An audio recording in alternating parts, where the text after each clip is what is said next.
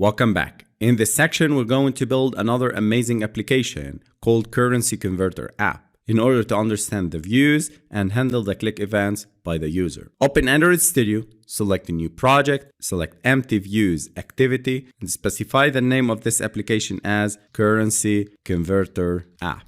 The package name, whatever you want, save location, wherever you want. Make sure you select Kotlin and keep the minimum SDK and build configuration language as set by Android Studio. Click Finish and wait for Android Studio. When creating a new app, you should follow these steps. You need to add the required dependencies and libraries. You need to add the permissions. You need to design the layout, add the functionalities and logic, and finally run and test the application. Since we don't need to import any external libraries, we don't need to add dependencies and libraries. Also, we don't have any permissions in this app. So the first two steps are skipped. We need to start designing the layout. For that, open activity_main.xml file, select split mode, and here you need to remove this text view. And here we go. We have this constraint layout and no views. This is our layout. Later on in the next videos and next sections,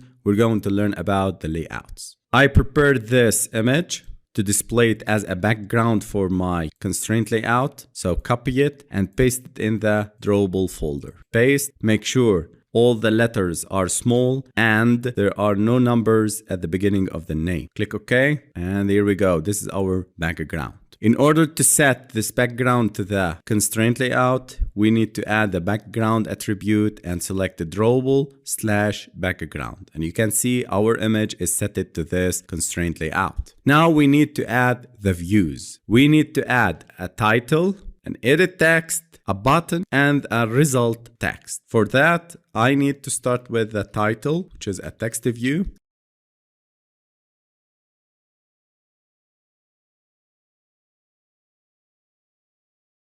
And here we go. This is our text view. You can see it. I can drag and drop it because there are no constraints added to this layout. Then I need to click on this button called Infer Constraints to add these constraints. Later on, we'll talk about these constraints in deep details. I created an ID attribute, the width and height wrap content, and the layout margin top 25. I am having a space 25 from the top.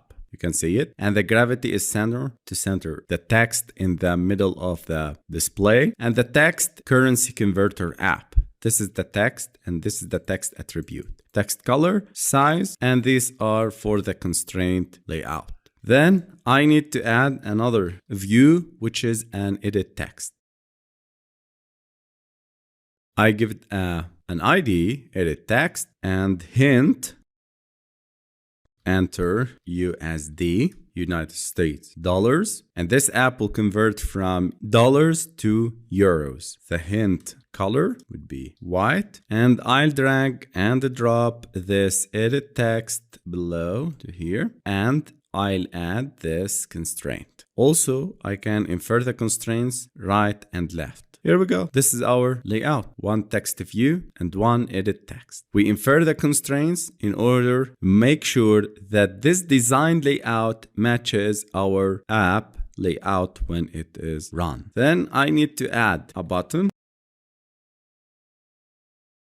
I'll give it an ID convert button. The text convert to euro, and again I'll drag and drop it to here, and I'll select this circle and add it up.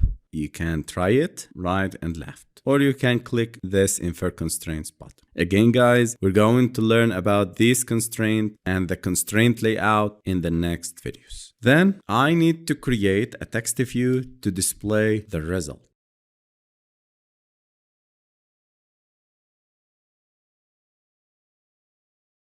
And here we go. This is our text. I'll drag and drop it to here and infer the constraints. And this is good. I give it an ID result text. Okay, so in this video, we created our layout. Our layout contains 4 views, 4 widgets, the text view title, the edit text that the user will enter USD amount, the convert to euro button that allow us to convert the entered USD quantity and number and convert it into euros and display the result in this result text. By the way, I want to add another and last attribute for this edit text and set the input type as number,